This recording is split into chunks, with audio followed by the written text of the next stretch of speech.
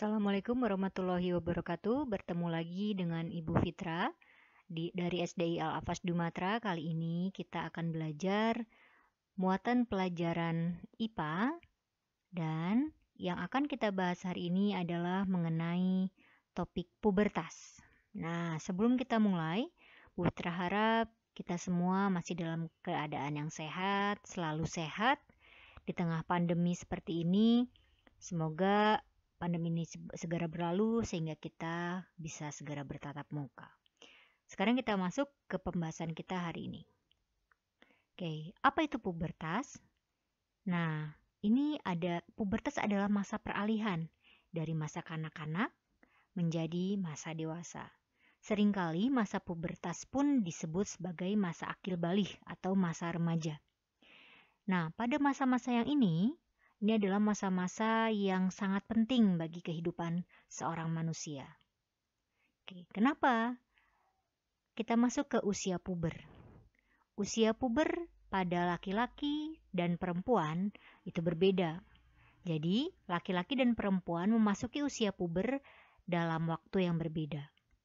Laki-laki biasanya memasuki usia puber pada usia 10 sampai 15 tahun, sedangkan pada perempuan dari 8 sampai 13 tahun. Makanya tidak heran pada usia-usia awal itu anak perempuan lebih dulu mengalami masa puber dibandingkan laki-laki. Oke, apa yang terjadi pada waktu puber? Kira-kira apa ya? Apakah saya sudah mengalaminya atau belum? Oke. Yang terjadi pada waktu puber, mengapa bisa terjadi ini adalah sebuah gambaran otak manusia. Di dalam otak manusia ada satu kelenjar kecil yang disebut sebagai kelenjar pituitari. Kelenjar inilah yang bertanggung jawab terhadap dihasilkannya dua buah hormon. Yang pertama adalah hormon pertumbuhan, itu hormon yang mengatur perkembangan dan pertumbuhan manusia, sehingga kita menjadi tumbuh dan berkembang dari kecil jadi besar, dari pendek jadi tinggi. Ini hormon ini yang bertanggung jawab. Dan satu lagi adalah kelenjar pituitari menghasilkan hormon gonadotrofik atau hormon kelamin. Hormon inilah yang akan nanti menghasilkan testosteron pada pria dan estrogen pada wanita. Oke, jadi hormon inilah yang bertanggung jawab terhadap terjadinya masa puber. Nah, tujuan dari pubertas adalah menyiapkan manusia untuk proses reproduksi, yaitu proses dihasilkannya individu baru. Jadi apabila laki-laki bertemu dengan perempuan di sebuah ikatan rumah tangga, maka terjadilah individu baru atau anaknya, itu adalah disebut proses reproduksi. Nah, pubertas pada laki-laki, sekarang kita akan bahas pubertas pada laki-laki berbeda ciri-cirinya dengan perempuan. Pubertas itu atau masa puber ditandai dengan dua ciri, yaitu ciri primer, ciri utamanya, dan ciri sampingannya atau yang disebut dengan ciri sekunder. Sekarang kita lihat ciri primer. Ciri primer pada laki-laki yaitu terjadinya mimpi basah. Anak laki-laki mengalami mimpi basah. Mimpi basah adalah tanda ketika testis mulai memproduksi sel sperma. Oke, jadi apa yang terjadi di mimpi basah? Apabila seorang anak laki-laki tersebut dia pada waktu malamnya mengalami mimpi yang khusus begitu ya.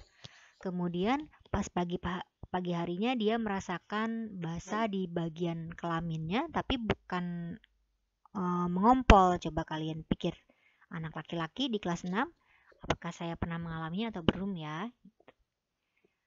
Oke, sekarang ciri sekundernya yang pertama adalah tumbuh rambut pada beberapa bagian tubuh. Ada di ketiak, di kelamin, di kaki gitu ya, di bahu tangan. Ada pula yang di bawah dagu ataupun kumis. Kemudian suara menjadi lebih berat. Jadi biasanya suaranya jadi halo gitu ya. Beberapa murid Bu Fitra sudah mengalaminya. Kemudian ada juga tumbuh jakun. Nah, jakun seperti ini. Kemudian dada menjadi terlihat lebih bidang. Jadi dadanya lebih besar daripada bagian bawah. Dan timbulnya jerawat gitu. Ini adalah ciri sampingannya, ciri utamanya tadi yang mimpi basah. Nah, sekarang kita masuk ke ciri pubertas pada perempuan. Ciri primernya yaitu terjadinya menstruasi. Kenapa terjadi menstruasi? Itu adalah tanda mulai diproduksinya sel telur atau ovum. Menstruasi adalah proses peluruhan dinding rahim. Jadi, ini adalah rahim yang dimiliki oleh perempuan.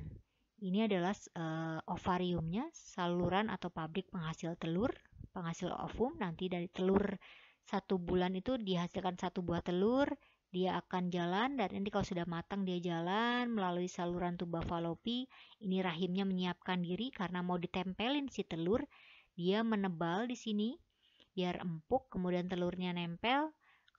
Kalau tidak ada yang membuahi, tidak ada sperma yang masuk, maka si telur tadi yang menempel dia akan jatuh. Nah, terjadilah menstruasi, gitu ya. Jadi pendarahan dari vagina selama beberapa hari itu proses yang normal. Ini ciri primernya. Sedangkan apa ciri sekundernya? Ciri sekundernya yang pertama adalah suara menjadi lebih tinggi atau lebih melengking. Jadi nyaring suaranya perempuan. Kemudian yang kedua, tumbuh rambut di ketiak dan kemaluan, sama tadi seperti laki-laki. Kemudian payudaranya mulai membesar. Pinggulnya melebar. Untuk apa pinggul melebar? Untuk persiapan tadi, reproduksi. Kemudian kulitnya menjadi lebih halus. Ini ciri sekunder pada perempuan. Kalau kita lihat kurang lebih, nih apa yang terjadi jika aku pubertas? Nah, timbul jerawat sama seperti anak laki-laki tadi, badan mulai berbau, kemudian wajahnya glowing karena minyakan, ya lebih banyak minyak yang diproduksi ya, karena tadi adanya hormon. Oke, kalau tadi ciri secara fisik, sekarang kita lihat ciri secara emosional. Secara emosi, nah, laki-laki dan perempuan mulai memiliki ketertarikan dengan lawan jenis. Kalau kita bertemu dengan orang lawan jenis yang kita sukai, rasanya berdebar dadanya gitu ya. Itu sesuatu yang wajar pada saat usia puber. Kemudian emosinya mudah berubah atau labil. Emosinya moodnya gitu ya. Pagi-pagi dia bahagia, nggak lama dikit ada satu kejadian gitu, tiba-tiba moodnya bisa rusak, bisa marah-marah gitu ya. Itu adalah sesuatu yang wajar. Kemudian curiosity-nya atau rasa ingin tahunya tinggi. Pengen tahu itu, kalau kata ibu kalian nggak boleh merokok, wah kenapa ya nggak boleh tahu, nggak boleh ya kenapa ya gitu. Jadi lebih ingin tahu. Kemudian mudah terpengaruh. Jadi makanya kita harus hati-hati karena usia-usia puber seperti kalian itu sangat mudah terpengaruh. Makanya kita harus saring apa yang kita lihat, apa yang kita baca, apa yang kita tonton. Karena itu pengaruhnya sangat mudah untuk kalian. Dan yang terakhir adalah rasa setia kepada kelompok atau peer groupnya gitu ya. Jadi kalian mulai akan lebih mendengarkan kelompok kalian atau teman kalian dibandingkan dengan orang tua kalian. Itu ciri-ciri secara emosional. Tapi semua ciri ini harus kalian kendalikan ya, jangan sampai nanti kebablasan. Oke, what should I do? Apa yang harus aku lakukan dong? Apa yang harus aku lakukan untuk mengatasi tadi ciri-ciri atau tanda-tanda yang muncul ketika aku puber? Ada beberapa ciri nih Bu yang sudah aku alami. Oke, berarti kita harus punya rencana, kemudian kita harus punya teamwork. Dengan siapa teamworknya? Dengan orang tua, tentunya dengan orang tua. Kemudian dengan guru di sekolah, orang dewasa yang bisa kalian percayai. Usahakan tidak membicarakan masalah ini dengan teman karena informasi yang didapatkan belum tentu kebenarannya.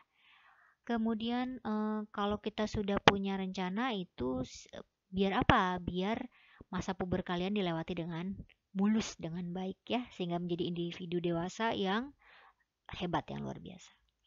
Oke, tapi semuanya harus menunggu. Ibu akan jelaskan minggu depan. Jadi, sekian penjelasan dari Bu Fitra untuk minggu ini. Wassalamualaikum warahmatullahi wabarakatuh.